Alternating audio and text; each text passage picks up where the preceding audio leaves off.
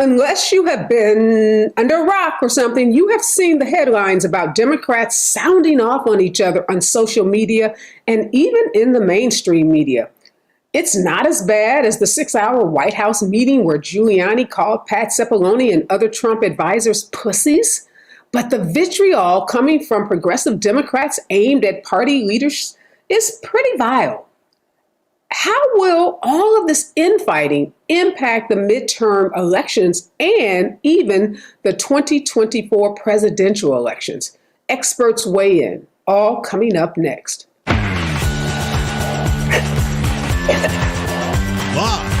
from Los Angeles, this is the Special Report with Areva Martin.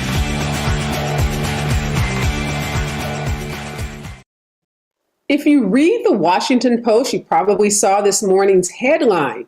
Governor Newsom taps into liberal fury and sparks talk of presidential run. Why is a California governor being mentioned for president when Joe Biden has made it pretty clear over and over again that he is going to run for a second term in 2024? And what is this liberal fury that Governor Newsom has tapped into? Are progressives really saying that Joe Biden is too weak to be the president, particularly after his landslide victory, after we all said he was the perfect man that could unite the country? And are these progressives speaking for the base of the party, particularly African American women that make up a huge portion of the Democratic voting bloc in this country? Some Democrats even calling for Joe Biden to step down in 2024 and even step over Vice President Kamala Harris, saying that we need completely new blood to run for president and vice president in 2024. Today we're asking, are these legitimate concerns or are these just gripes and cries of undisciplined, immature party insiders? Here to help us break it all down are two experts. My first guest is Dr. Annalise Russell. She's a professor at the University of Kentucky. Her research focuses on the role of social media in shaping politics and policy. She also has a new book out called Tweeting is Leading. Also joining me for this first panel is Dr. Michael Eisenstadt. He's a professor at Cal State University, Long Beach, and his work and research focuses on political campaigns and debates and how you deliver an effective political message.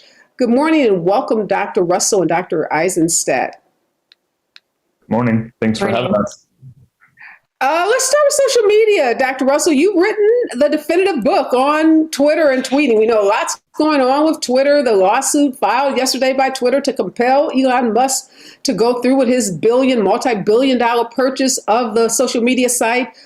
Twitter on display yesterday during those January 6th committee hearings, the fact that Trump used Twitter to rile up his base and to encourage them to come to the Capitol and stage that violent attack on our Capitol that we saw. And even we saw an employee come forward from Twitter talking about how they tried to get the site to kick Trump off months before January 6th, citing his rhetoric and how his rhetoric was inciting violence. Talk to us about the oversized role that Twitter has in our political discourse. Yeah, certainly. So when I talk to people about this, I explain it that Twitter is not real life, but it has real world implications. And we saw that very much play out in the January 6th insurrection and the hearings that have followed thereafter. But we've also seen this play out in the way that reporters cover Congress and the way we cover elections, and thinking about who the audience of Twitter is and indirectly what effects those have. And Twitter is a platform that prides itself on allowing for personalization, authenticity, and individualized perspectives. And when you have that, that's a powerful tool that particularly those in politics want to capture and want to utilize.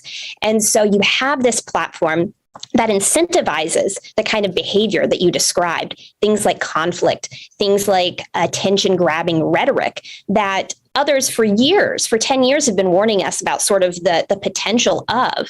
And when you capitalize on an increasingly fragmented media climate and fragmented audience, you sort of feed these patterns and these cycles that we've seen, whether that's sort of within party contestation or some more violent and radical speech that has been in the news most recently.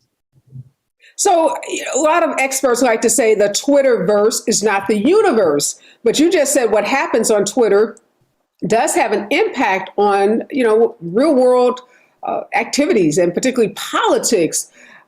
Give us an example. I mean, obviously, Donald Trump tweeting to his 88 million followers on Twitter before he was kicked off, getting them to go to the Capitol. But in just like a normal election cycle, like we're in the primaries now leading up to November, what kind of role is Twitter having on these elections? So I think more broadly, it's an agenda setting role, right? You want to have the ability to control a narrative. You want to be proactive and you want to be on offense from a campaign perspective. And that's no different than after you get elected as well. There's a proactive versus reactive calculation that you have to make. And whether you put that in terms of defense, offense, things like that, you have to figure out how you can use the tool to do that.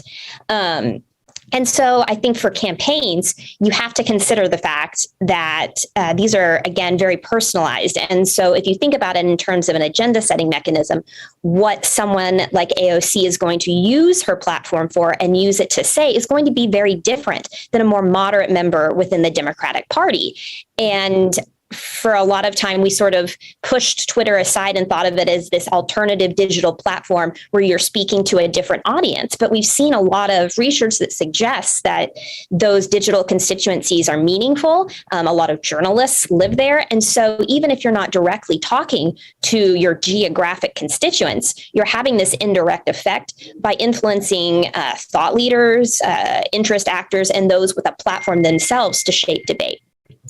And Dr. Eisenstadt, someone like AOC, who's fairly new to Congress, doesn't have a particularly strong legislative record given her time, but definitely has risen to fame and in some ways celebrity status, particularly political celebrity status. Not so sure, outside of the political world. But how does someone like her, who is really going after, in some ways, what she calls the establishment, the party leaders, what kind of impact do you think that's having on day-to-day voters when they hear someone like AOC say things like, people should consider who they're making their donations to, they should consider who they're voting for?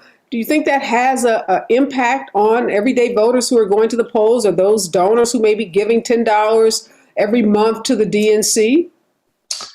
Well, it'll be difficult to measure exactly how much of an impact that folks like AOC are having on who's spending their money where and who's voting where until we can actually see the numbers. But it's completely plausible, not because AOC has a track record in Congress with a paper trail, but rather because of the personality that AOC brings to the table. I think that a lot of voters are less interested in the wonky policy details, even on the issues that they care the most about, and they're more interested in a personality that can help guide them towards those decisions. And that's where, something like the Twitterverse can make a huge impact, because instead of reading all of the policy documents, looking at all the details, we can have these messages broken down into 140 characters for us. This is what we should be thinking. This is who we should be voting for. And so somebody like AOC, who's a young gun in the political game, has a really loud personality. People want to pay attention to her. She can really ignite voters or keep them at home. It's a lot less to do with the details and the policy and a lot more to do with the platform that she's communicating on, and also having the kind of personality that people will pay attention to. And I wonder, though, Professor Russell, because as AOC is kind of, waging this war against the establishment, we are seeing record fundraising numbers being posted by Democrats. I saw a tweet this morning for some of the the Senate, Democratic Senate candidates, and they posted their second quarter fundraising, and someone like Tim Ryan in Ohio raised $9 million in the second quarter, and he's raised more money in the Senate race in Ohio than any other Senate candidate in that state. Fetterman in Philadelphia raised $11 million. Val Demings, $12.2 million. And the DNC, too, has raised record money, particularly after Roe v. Wade. I mean, they broke some record the day after Roe was overturned. So when you look at those numbers and you think about the message that's being disseminated on Twitter and then even parroted by folks like Trevor Noah, who has a large platform both on television and in social media, what does that tell us about these loud voices? Are they just loud voices speaking into, the wind? Because it doesn't look like they're. So I don't think they're loud voices, and I'm not sure. Go ahead. So I'm not sure they're just speaking into the wind, and I'm not sure I would say that they're waging a war within the party, just simply because, at least not on social media, because the way that I see it, again, is an agenda setting and sort of thinking about what is your tool and what is your platform. And the thing that AOC is very good at is messaging. And so being able to harness that authenticity in messaging in a way that moves the needle is actually extremely important or how she can then move policy making and politics within the institution, right? She's a junior member within Congress, and so she doesn't have the institutional and gravitas that you might build up. But what she does have, she's utilizing. And so it's not necessarily, I don't think that she's waging a war, but if she moves the needle even a little bit further to the left, then maybe that reflects how the caucus as a whole looks, right? And so how do you move the median member? And so thinking about sort of how she pushes her own caucus and sort of what it means to be a progressive and what the Democratic Party then looks like when they push the needle. I think of the Green New Deal as a great example of this, where at the time it was very thought of as very liberal and very progressive rhetoric and sort of out there versus, to this day, it's a much less, it's a much easier sell, and it's much less taboo sort of discussion about the Green New Deal than very early on. And so part of that is sort of planting the seed for that change to happen long term. And so I think there's a bit of a long-term strategy in the way that they operate and some of those inter-party dynamics.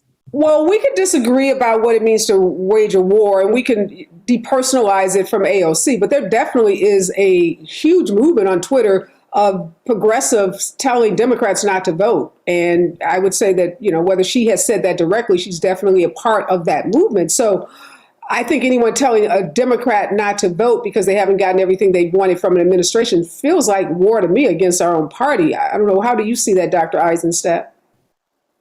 I guess I'm kind of in between here because Areva, you mentioned, these numbers for fundraising that the party has. And, you look at that one way and the numbers are really good because money talks, so to speak. And so you got to ask, where's all that money coming from? Who's it being directed at? Which candidates are benefiting from that the most?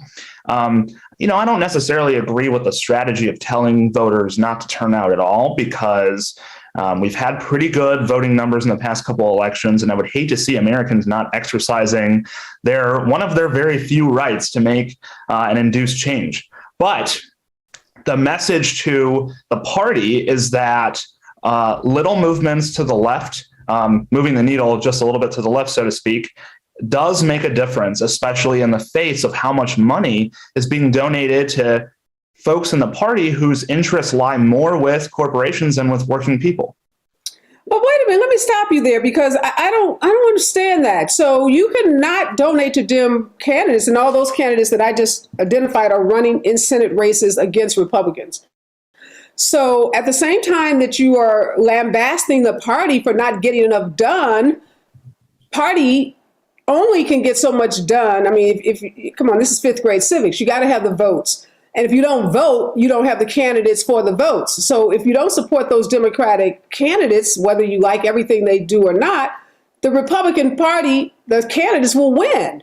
And if you think you're angry now at what's happening at the Supreme Court or what's happening in D.C., imagine a Republican-controlled Senate and a Republican-controlled House. So I'm all for moving the party to the left, and I'm all for, making sure that the party represents the interests of people of color, low income people, working class people. But at the end of the day, none of that happens when you have a Republican controlled administration. We just saw that under Donald Trump. So at what point are you sabotaging your own agenda? So you can, stand up and make a lot of noise, but if Dems lose in Philadelphia, if they lose in Ohio, if they lose, the Senate, Mitch McConnell then becomes your Senate president. Does that get us progressive, centrist, institutionalists, whatever you are? What does that get us? Not very much. And again, I agree with you. I think given the choices that we have in front of us, it's a mistake to not turn out. It's a mistake to not vote at all. It's a mistake to just give up on candidates. But that begs the question of why are these folks the candidates in the first place if the desires of the people who are most vocal and most active in the party are not exactly. No, are they the most active? They could be the loudest. And let's talk about that, Dr. Russell. I don't know that they're the most active. They could be the loudest. I think Black women are the base of the Democratic Party. We've proven that time and time again. The stats prove that out. But that doesn't mean the loudest. And we saw that with Bernie Sanders' candidacy, right? When he ran for president, he had a loud and vocal following on Twitter. He had thousands of people that would show up. Poor Joe Biden could barely get, sometimes 1,000 people at a rally. But he wasn't the person that the party ultimately chose to be president. So are we conflating when we talk about loud and we talk about, reliable voters, Dr. Russell? I think definitely. And I think social media makes that a lot harder to make some of those determinations, because this is a problem that not only Democrats have been dealing with, but Boehner had to deal with when the Tea Party Republicans came into Congress, is trying to figure out how do you build off this momentum, but at the same time, you've got fragmentation within your own party. You've got people with their own ideas, different tactics, whether those be digital or otherwise.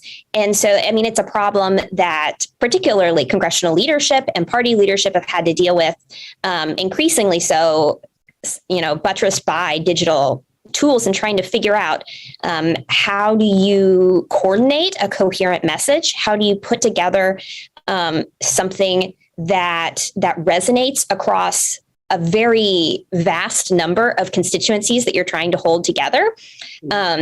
Leadership works really hard to try to do that and coordinate, but at the same time, too, there's no rule that candidates or members have to follow that coordination and messaging, and a lot of them find it politically valuable to actually actively buck party coordination and messaging. And so there's this real conflict between those who see benefit in being able to capture an audience and say things that are attention getting on social media, but that don't serve necessarily the central party's interests. Yeah. Part of it, you're talking about, Dr. Russell, is folks who are attention grabbers. Let's face it, that's a lot of what happens on social media. People say provocative things just to get something to go viral or to, spark some kind of debate and engage other people. But messaging has been a big issue, Dr. Eisenstadt, as we move towards the November elections. And Democrats often get beaten up on for not, having the best message, even though, Biden has done what a lot of Democrats and just Americans in general think is a pretty good job. He got a bipartisan gun bill passed, safety bill that hasn't happened in this country in 30 years. He got an infrastructure bill passed when Donald Trump talked about infrastructure day for 4 years and never could get infrastructure passed. He got a recovery bill passed that put money in the hands of the tax credit, the income tax credit. Low-income moms, middle-income moms are getting $300 a month. So, he literally put money in the hands of people. But I hear people say Biden has done nothing, zero. Is that a messaging problem from the administration? Like that people are literally saying he's done nothing? Like, what about that $900 check you were getting, just 5 months ago? People's memories are short. So is there a messaging problem with the Democrats? don't know if it's a messaging problem with the Democrats, but there's definitely a messaging problem. And it's perhaps unfair to put the kind of blame for that problem on the Democrats or on Biden. Biden inherited the pandemic. We have record inflation. We've got skyrocketing gas prices. We still have a war going on in Ukraine. We've got Supreme Court who's clearly acting kind of, on with the opposite goal that the Biden administration has. We've got mass shootings more often than anybody would like. It's a tough plate, right? So I think what the Biden administration needs is a very clear message of here's what we've done, but more importantly, here's what we're going to do. Here are the very clear policy items. Here's a very clear vision for America. The difficulty, though, for Biden and for Democrats is that you have to try and do that while managing all of these ongoing issues and trying to, reassure Americans that things are going to just be okay, let alone, we're going to have some kind of positive change and get things done. We have to get back to square one first. Yeah, I got a notice today from the White House. They're announcing over $40 billion in American Rescue Plan investments in the workforce. And this is going to be money that's going into states and cities and local governments to provide job training and skills training, literally pushing out $40 billion. Nobody talks about those things, Dr. Russell. Rarely on social, a lot of what I hear is there's no difference in the Republican Party than the Democratic Party. Why bother? Why vote? It doesn't matter. Why do you think people who obviously benefited, I don't know if you had a child, you benefited, if you made a certain amount of income, you benefited, for, health insurance. There's so many people who benefited from the Biden administration policies, but yet they don't feel like the administration has done anything. Dr. Eisenstadt says he doesn't think it's a messaging problem. Do you think it is a messaging problem? I don't think I think it's a messaging problem, but it gets to the fact that negative feelings last longer than positive ones, right? And conflict is a much more easily and in terms of social media, viral emotion that continues forward. Negativity and social media, it catches like wildfire. It burns hot and it burns fast. And positive emotions, things that talk about what you've done lately and how you can support one another, that content just doesn't do well if you're tracking analytics, right? If you wanted to have a great show, you should just talk about everything that's wrong with the world, and you'd have millions of followers. But that's the problem that you have when you are in charge and when you are in government, is you have to figure out how to turn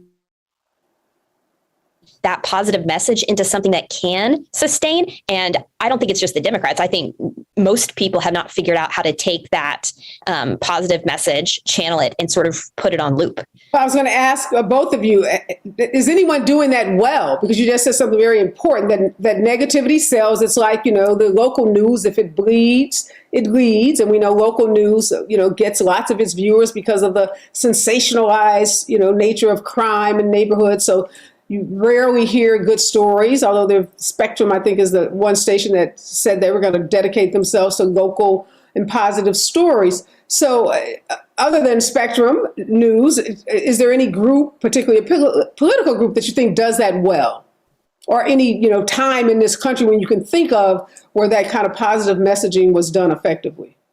So I will say a very recent example, and I'm not sure it gets to the positive negative, but the digital efforts by the January 6th committee to keep up with what they're doing and to promote that on digital and do it in a very efficient and compelling way that pairs digital with the work that they are doing. I think it's one of the most notable digital operations we've seen come out of Congress recently, and to do so in an effective way that doesn't do so in necessarily a flashy way, but provides the key highlights, uses video in an extremely compelling way, and does so on Twitter in an effective manner that we don't see across a lot of things coming out of Congress. And that's a great point. And we know, Dr. Eisenstadt, that the congressional hearing hired an ABC producer to produce those hearings because they wanted to do, as Dr. Russell said, make a compelling presentation, wanted it to be interesting. They have cliffhangers, they leave us with something big that's going to happen in the next hearing. So it has all the makings of like a Emmy Award winning, docuseries or even, fictional drama. Is that what we've come to in this country? That, in order to capture the attention, I think one of those hearings had as many viewers as a Super Bowl game or something. Is that where we are because of social media and this digital world where we live in? Is that we're going to have to use television producers in the halls of Congress more often? I don't want to give social media a bad rap and blame social media for that. But, if you look at something like the sophistication of presidential speech going from Lincoln to present, it declines pretty steadily as you go. I mean, even President Obama was consistently speaking at about an 8th grade level to make sure that the majority of listeners could hear, understand, and digest what he was saying. So it doesn't surprise me at all that we've kind of taken something already dramatic like the January 6th hearings and dramatized them even more by hiring a producer because it's sexy, it sells, people will watch it and they'll turn in. The risk, I think, is that we're focusing so much on the January 6th hearings that it almost seems like the Democrats want people to pay attention to that as kind of a distraction from the things that are happening on a more everyday basis. And I don't know that that is working. I just think that they're kind of concurrently there. But I don't think that it's going to ultimately distract people from inflation, gas prices, and so on. I would bring Myron Clifton into the conversation. Myron wrote a really compelling op-ed piece basically saying democracy is not a microwave. And I had opportunity to talk with him last week on my radio show, and I was moved by some of the things he had to say about what he sees happening in this infighting with the Democratic Party. Thank you again for joining the conversation, Myron. What do you think about what Dr. Eisenstadt just said? He says he thinks that the Dems are trying to focus people on these hearings and maybe distract from inflation and gas prices. And he says he doesn't think that's working. What are your thoughts on how the hearings are landing with people? Are they resonating with viewers? I think it's a really good topic because just like we say that the Democratic Party is a large tent, I think that we can also agree that the Democratic Party, can work multiple issues at the same time, particularly with a pretty strong lineup of people in the administration, but the president, the vice president, and his department heads. And so we're seeing that specific to the hearings, that they are getting record-breaking viewing numbers. And if you think back a year ago, even 6 months ago, many in the base were upset that the appearance of nothing was happening. There was a lot of vitriol directed at Merrick Garland and the Department of Justice. And now we have these hearings and we're on, like I like to call it, episode 6. And they are compelling. They are moving TV. And they have moved the nation, particularly the politically viewing nation, but also people who tend not to follow politics like many of us do, even though the largest news by viewership organization in the country, Fox News, is trying to stay away from them. Even they've had to start reporting on what's happening in these hearings because they are being handled so well. So Rep. Benny Thompson and Liz Cheney are delivering the type of summer viewing must-see TV that Democrats really need. So I think we can, to answer your question, we can do multiple things at a time. We can address inflation. We can address gas prices that have been going down for 3 consecutive weeks right now. President Biden is in Israel right now addressing defense and so forth. So the Democrats are capable of doing multiple things. And Dr. Russell, Myron's piece was democracy is not a microwave, basically saying, you can't, stick these problems into an oven and expect them to, come out in 2 seconds and solve these problems. And some of these people on Twitter and social media are really smart, really sophisticated people. And of course, they know that. They understand that if you don't have the votes in the Senate, if you don't have, control of the House, they know that Biden is limited in terms of what he can do with respect to the Supreme Court overturning Roe v. Wade.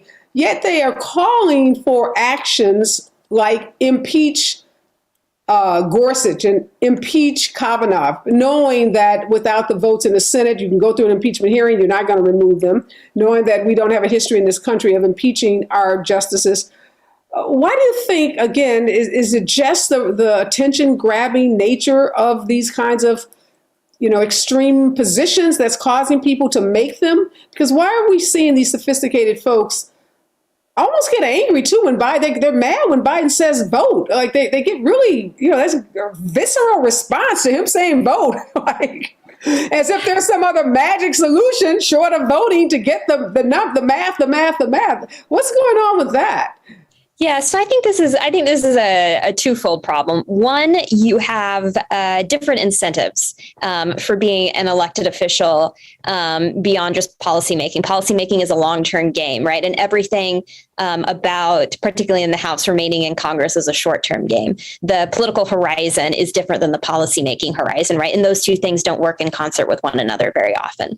The other thing about this is that in a digital space, the traditional mechanisms for gaining clout, power, and prestige as an elected official are somewhat being rerouted by social media, where you can take on a national profile. You can build a digital constituency and pull power and gravitas from that. And so the appeal of social media becomes, okay, I don't have to put in 10 years on this committee, thus to potentially build the power and the clout. I can do that on social media in a much shorter time frame that also meets my political needs, and maybe through sort of policy presentation and communication, I can meet my own ends. And those are very different calculations that just didn't exist 10 years ago. Right. Professor Einstein, you said that Obama would speak on an 8th grade level. We know Hillary, they said she spoke on an 11th grade level. So, she upped the ante a little. What should politicians like Biden and Kamala Harris, how should they be speaking, and how should they be using social media? Because Dr. Russell says, folks like AOC are using it effectively, even if it's not going to move policy today. Maybe it forces the party, to the left a little, but it gives her this oversized voice in Congress. How should the top of our party be using social media? I mean, if they can use it as effectively as someone like AOC, they should be aggressively pushing messages to the American public on social media, because frankly, that's where most of the American public is getting their information from these days. It's hard to say what the effect of social media would have been prior to, let's say, 2008. But, Obama became the first president to really engage with and use social media to reach the country. People have referred to Donald Trump as the tweeter in chief because he, had a very large following on Twitter and could easily access constituents through that platform. So if, top ranking Democrats want to reach the majority of citizens, voters, undecided voters, unlikely voters, they want to reach the majority of the population, their best bet to reach them directly is through social media, because again, like it or not, that's where a very large chunk of their constituents get information from. Well, Myron, we know that Biden and Harris are both active on social media, but what we're hearing from Professor Eisenstadt and Professor Russell, is that it's not just about being on social. You've got to be loud. You've got to be provocative, because the Wash Post headline that I started with was Gavin Newsom tapping into liberal fury. And when you read the article, what it's basically saying is he's walking around, pounding tables, shouting, carrying a big stick, and that's getting him attention. And they're juxtaposing him against the more mild-mannered Biden that gets the label of being weak because he happens to be a more, temperate, mild-mannered person. So is it being on social, or is it being loud and provocative that's going to get the attention of these voters that Dr. Eisenstadt just referred to? I think it's a little bit of both. And then I think we're also missing one component, and that is, when we talk about dim messaging or lack of dim messaging or something like that, we can drill that down to Black voters don't have a problem with dim messaging. Black voters vote for Democrats. So Black women vote more than 90-something%, and Black men are low 90, high 80. So Black voters are pragmatic. We know that incrementalism has gotten us where we are today. Right? It took 150 years of incremental gains to get us where we are today. And whatever the message is, it works for Black voters as a majority. It works for Latino voters as a majority. It works for Asian voters as a majority. Who it doesn't work for are white men and white women. So every time we're talking about dim messaging, what we're really saying is, how can the big tent party get to white voters that they haven't gotten a majority of their voters since the Southern strategy? It hasn't happened. So it's not messaging. It's why doesn't the largest voting demographic, white men and white women, why are they the only voting demographic who would not vote as a majority for Democrats? All right, So, Dr. Russell, Byron just put it on the table. He said, this ain't about the message, it's about race. It's a racialized society, and Black folks get it. We understand the message. We ain't getting everything we want. We may get a little something here and there, but we're going to stick with the party. He's saying, y'all white folks don't get the memo, don't read the memo, throw the memo away. I'm not sure what. So help us out, Dr. Russell. What's going on? No, I think yes. The memo got lost somewhere between the email inbox and Twitter. But no, I think it's multidimensional, right? Like, and I think like if you ignore exactly what he said, like you're missing part of this story. I particularly study the Senate, right? And so for the longest time, we never even considered race because we mostly didn't have to, right? Like it's a very monolithic body, right? But as we become a much more like diverse country, and as the people that we elect rightfully so become more diverse, we have to sort of ask these questions and better understand it, because there's a lot of variation, right? And not only how you message, but who responds to it and how they respond to it. We don't all respond to the same message. We don't all respond to the same cues. And sort of that variation, as Congress and the messengers in Congress start to better understand not only things like analytics, but right, how messages are received and who responds to those well. It's not just about, oh, can I get a message to go viral, right? But there's more professionalism in that. Who is that message targeting and who is going to respond to that? And I think those are critical components too, as they move forward. And Dr. Eisenstadt, some of these progressives that are really attacking the party use a lot of misogynistic and racist language, and they have been, oh my God, their attacks on Vice President Kamala Harris have been vicious. And Trevor Noah has been accused of, not accused, but their tweets and other comments that he's made that are very misogynistic towards not just Kamala Harris, but Hillary Clinton as well. So how do we reconcile this notion that these progressives are trying to move the party to the left, but yet some of them are like, let's just call them what they are. They're just blatant racists. They're sexist. So are they people that we should even be listening to or are concerned about? Well, I wouldn't say that we should, turn them off and tune out, because if we're hearing things we don't like, we should be paying extra special attention to those things and figuring out what is our response to that. What is our next play? If we want a progressive wing of the party that is actually progressive, not only in its platform, but also in its messaging and its public profile. Well, what do you say to a racist, Professor? I don't know if we know the solution to that. What are we going to say to a racist? I'm the last person. You've seen some of the things they call Kamala Harris? My God. What do you say to someone that, some of the language they use towards our vice president? Well, first and foremost, I'd tell them that they need to take some classes in communication studies and to learn how to better engage with people and understand where people are coming from. I don't know that I have the solution to the way that people behave, but I do know that the last thing that we should be doing is to decide to just shut people out in that moment instead of trying to figure out why they have that animosity and try to figure out how to move forward from it. Because if we decide in that moment that people who are using that kind of language just need to be thrown to the wayside, that is likely to energize that and to make it worse.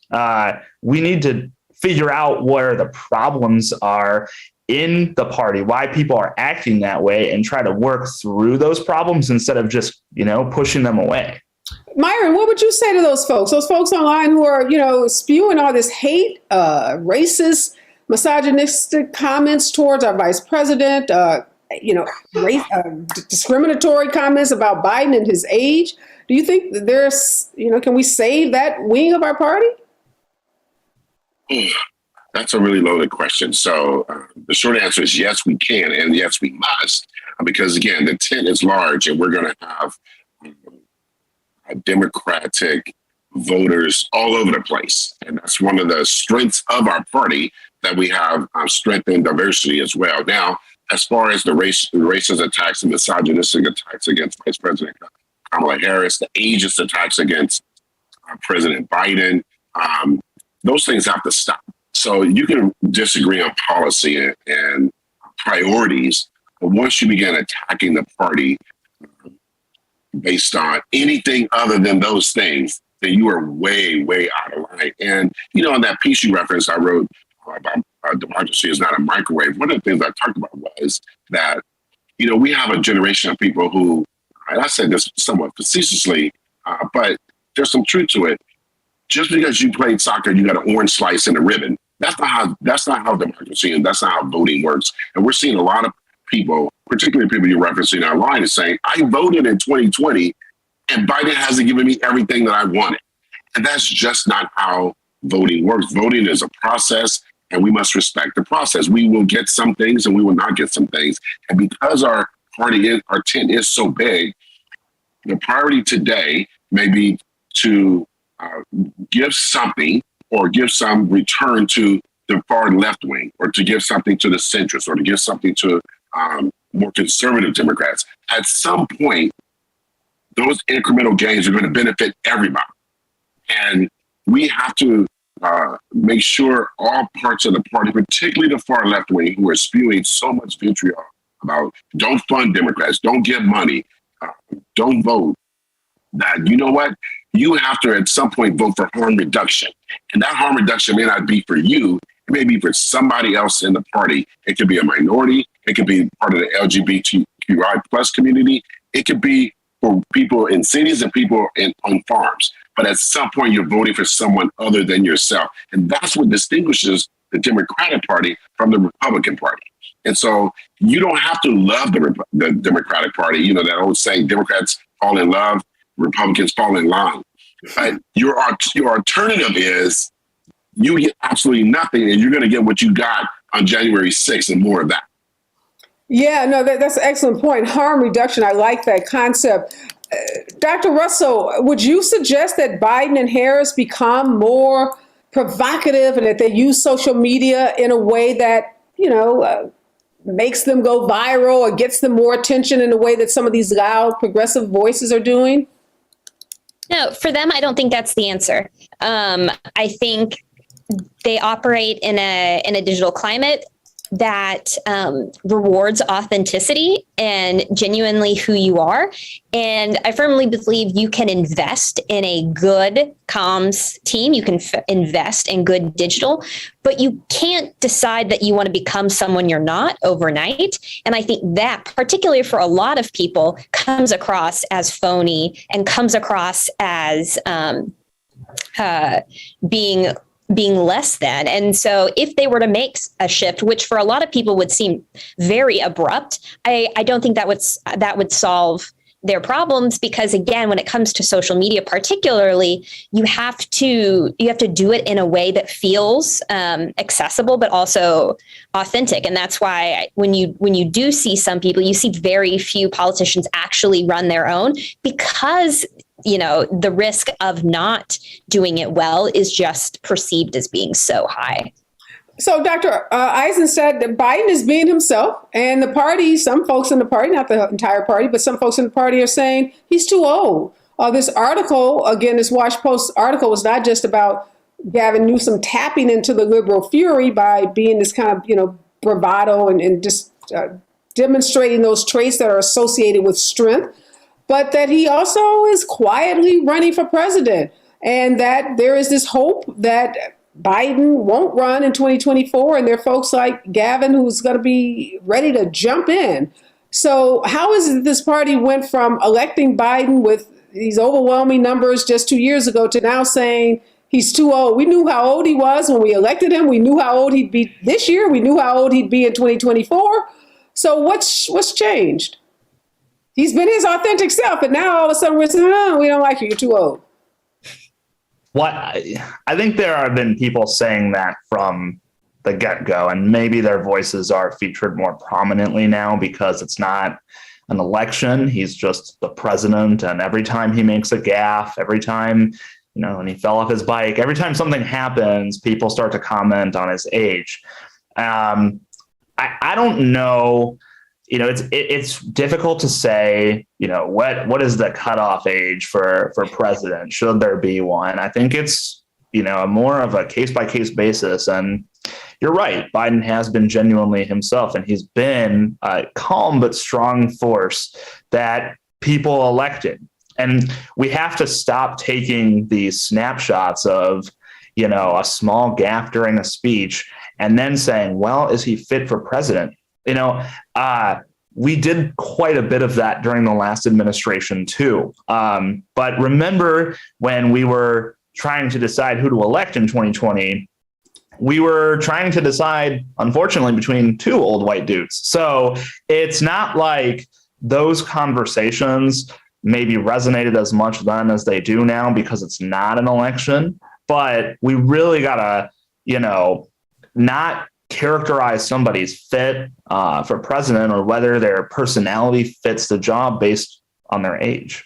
Yeah, we're not seeing calls for Mitch McConnell or, Grassley or those guys who are older than Biden or as old, I guess, to step down from their positions. And Mitch McConnell is fully prepared to be the Senate leader if the Republicans win the Senate. And I think he's a little older than Biden.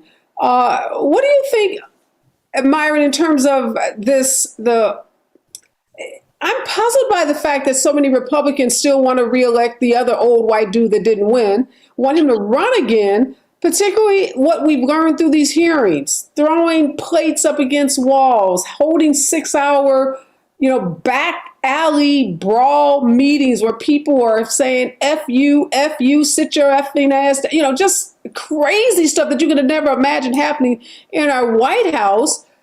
Get the National Guard to go seize voting machines, appoint some disgraced lawyer to prosecute people for crimes they didn't commit. So all of this evidence is coming out, some of which we probably kind of knew, but now it's in plain sight. But folks are still as committed today, many of them, as they have always been to Donald Trump. What do you make of that? I make of it that it's very frustrating. Excuse me. It's very frustrating, and it's very illuminating on the thing in America that there's always an opportunity for forgiveness and reclamation project for very specifically for white men. There's always redemption, that redemption arc, a second try, get off the horse, try again, and all those things that are very, very specific to white men. And unfortunately, as awful a commander-in-chief as that last guy was, there are, like you say, Areva, there are people, significant numbers, millions, who are still willing to vote for him. And when we look at the January 6th hearings, those hearings are not to convince you and I that there was corruption and there was illegal acts going on over the past 5 years or so with that person and his administration. The hearings are to convince white America. That's it. It's just to convince white America. And that's why Liz Cheney is there. That's why there are other Republicans who are speaking up. That's why, for the most part, except for Rep. Benny Thompson, this is a white America show. It's white witnesses. It's white people who did the acts that led to this. And it's mostly white people prosecuting this to convince white America what you saw over the last 4 years and what you tried not to see really did impact. If it was up to any other voting demographic, we wouldn't even do this. Those people were already in prison. But you can't perp walk a U.S. president if he's a white man. You can't do that. because we've all done this. We've all done this exercise. The exercise is, if there were Black people on the Capitol that day, the blood would still be running down the stairs of the Capitol. If President Obama had done 1/10 or said 1/10 or had taken such illegal anti-constitutional actions as the other guy, we know what would have happened. But here we are. We have to have, a year and a half later, we're still trying to convince the 71 million people that voted for him and the 100 million people who didn't vote that it really was as bad as it was. So, Dr. Russell and Myron, you're right about that. And Black Twitter makes that point all the time. Oh, my God, if this had been Obama, what would this look like? We wouldn't be here. And we do see lawyers, many of whom I respect, on TV, though, like twisting themselves in knots, trying to say how the committee's doing a good job, but we're not quite there yet. I've had guests on my show been charged with RICO charges for, like 1/10 of what Donald Trump has done. Why don't we see more of that? Dr. Russell, why don't we see some of these provocateurs calling out the white privilege that Myron just talked about, calling out the fact that Donald Trump is being given, more chances than we can even imagine anyone getting. The benefit of the doubt, crimes committed, in plain sight, unstatesmanlike behavior. But we don't see these loud voices making noise about that at the same level. Not to say they're not commenting on it at all, but yet Biden falling off a bike or making a gaffe is somehow bigger news. Would calling out Donald Trump's white privilege not be provocative enough? So I think it comes back to what Representative Raskin said at the hearing when he said that I think he was quoting Lincoln saying that America would be its own downfall, and at that time, right, it was very much white America would be its own downfall, and I think that gets to Myron's point a little bit. But I think you also have to consider it's not just the folks that you expect or you want to say something. Calling this out, but it's the folks who remain silent that I find to be the most problematic and the most troublesome, because there's an acknowledgement that, like, yes, we knew this, we've known this for a year. And then there's the question of, well, then why didn't you say anything a year ago, right? Or if you knew this, why didn't you speak up? And not only is it, you want to message on those things that you feel confident in, but there's also a strategy in not saying anything as well. And when you don't say anything, in a lot of ways, that has just as much power as when you choose to speak out against something. And so I find it to be, you see a lot of those distinct differences, particularly if you compare progressives and more moderate members, those who have been vocal on either side of the aisle about some of the more recent and salient issues, whether that be Dobbs, guns, January 6th, versus moderate members who either don't say anything or give us very boilerplate language. And it very much reflects the priorities that they have. And so I think if you're looking for a source of change or thing, like, I think it comes from those members who have to then, more moderate, who would then have to move on from not saying anything to actually putting something out there more than just thoughts and prayers. Yeah, what do you think, Dr. Eisenstadt, about the relative level of the volume level on the attacks on Dems versus the attack on Trump Republicans and those 70 million voters? We saw one of those, attackers, insurrectionists yesterday, basically said, look, I was sold snake oil. I had to go home to my family and realize what was important. And he was really admonishing others, like, look, this is all a big hoax. Don't do it. I thought it was a pretty compelling, from a criminal. It doesn't absolve him from his conduct on that day, but it did kind of lay out a roadmap for others that would follow. And we didn't hear many people standing up saying, yeah, that guy's right. This was horrible. Well, in terms of the other folks who were there on January 6th, my fear is that they're not going to have that kind of enlightenment for the most part. They are, for better or worse, kind of committed to the mission that they thought that they were on. Those folks, though, I don't know that they're necessarily the specific target audience of the January 6th committee, because there's a percentage of folks in America whose minds are not going to be changed no matter what. I mean, the former president said it best. He could walk out on the Fifth Avenue in New York and shoot somebody, and people are still going to vote for him. And I hate to say it, but I think that's one of the truest things he said. To Professor Russell's point and Myron's point, I think that white voters are the ones that need to be paying attention to this, because in terms of the numbers, they're the ones whose minds need to be changed. And I also think that the message, that's plain and simple. I think that some people's minds aren't going to be changed, but there are a lot of white voters out there who might see that message and they might think, okay, maybe some stuff went down.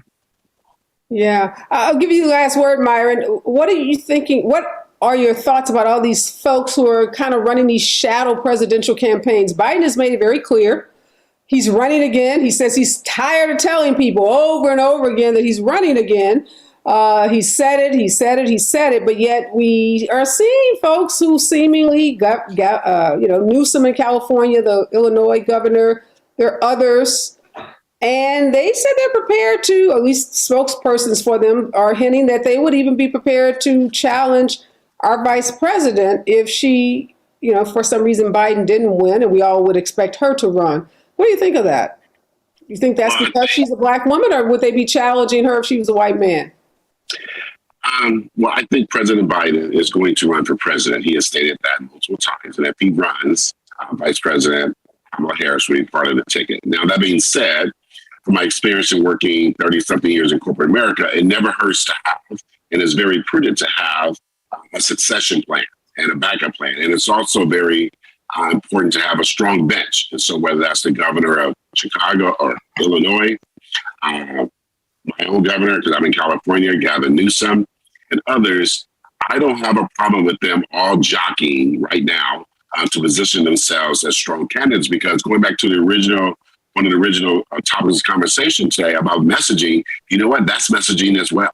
And if that gets other parts of the Democratic base fired up about the presidential election or the midterms, then I think that's good for the party. I do not think Gavin Newsom is going to run for president. However, if for whatever reason President Biden decides not to run, I am certain Vice President Kamala Harris will run. And you know what? There will be other Democrats who run. And I think that's a good thing, because you do want to stress test the party, and you do want the cream of the crop to rise to the top. I happen to think Vice President Kamala Harris is a wonderful next in line, if that's such a thing. And I also think that Gavin Newsom, and there are other strong Democrats out there who could also strengthen the party. But I would leave it at this, that President Biden has said unequivocally that he is running for president again. Yeah, no doubt about it. He has said that, and we have no reason to doubt him. I do want to go back quickly, though, to the January 6th hearings, because we know they're coming up again next Thursday. There's going to be more testimony. We're going to hear more from Pat Cipollone, who sat through that deposition. And as you said, Dr. Russell, they are using those digital assets so effectively. Is there anything you think you'd want, or let me ask you, is there something that the committee is not doing that you think they could do better as the rest of the hearings get, aired? I think we're going to have a couple of more, at least for the next couple of months. Is there anything you think they should be doing differently? I can't think of anything off the top. I think it is probably in this position, in this political climate, there's nothing that they could do that would satisfy everyone or that would bridge what is a large partisan divide, right? And so I think at this point, they have put their best foot forward, and then continuing in that fashion is their best move at this point. How about you, Professor Eisenstadt? You do communications, political debate. We're hearing almost like a debate. Liz Cheney has definitely, become one of the stars, along with Thompson. and others, Raskin and Schiff, they all have just done an outstanding job. Is there anything you think they should be doing differently leading up to the next couple of hearings? Differently, not sure, but one piece of advice that I would give the committee is to make sure that the overarching goal of the hearings are not just to prosecute and criminalize people, but to help boost the confidence in our nation that these kinds of events will not happen again. They will not happen unpunished, and that we need to come together and remember what our core values are as a nation.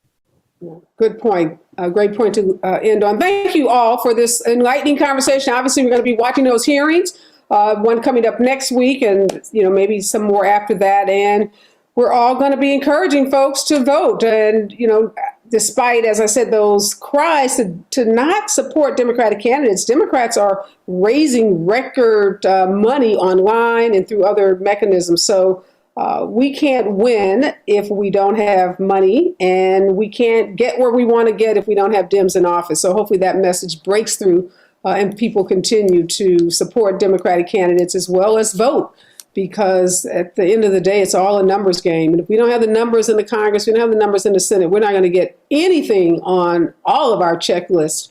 So we got to get out there and vote. Thanks so much for all of you joining me this morning. I want to thank all of my guests. If you are on social media trying to be provocative, as Professor Russell said, say something negative. I mean, as sad as that is, it is one of the realities of our social media, our mainstream media. Even if you watch cable news, which I'm a part of, oftentimes the stories are so negative. And they find ways to pick apart even the good things that our political figures, whether it's the president, our governors, our local elected officials, do, because unfortunately, people tend to like train wrecks and they like to watch train wrecks. But it's important as a smart and knowledgeable and sophisticated viewer that you don't, let someone else's efforts to drive ratings or to drive their social media numbers become your truth. Because oftentimes what is being said is, not truth, not facts. It's the opinion of those individuals. And a lot of the information that's communicated on social media is just plain wrong. I mean, you fact check it, is just wrong. So you don't want to become someone that parrots those talking points and those wrong messages and start, disseminate incorrect information. So just be careful out there, be safe. My words to live by. I love that Myron reminded us Democrats want to fall in love and Republicans fall in line. Maybe Democrats, we can learn something from Republicans, and particularly leading into these midterms and 2024 elections, we need to fall in line. And as some of my other guests like to say, Democrats, get your people, get them in line. Be safe out there. Remember, we're all in this together.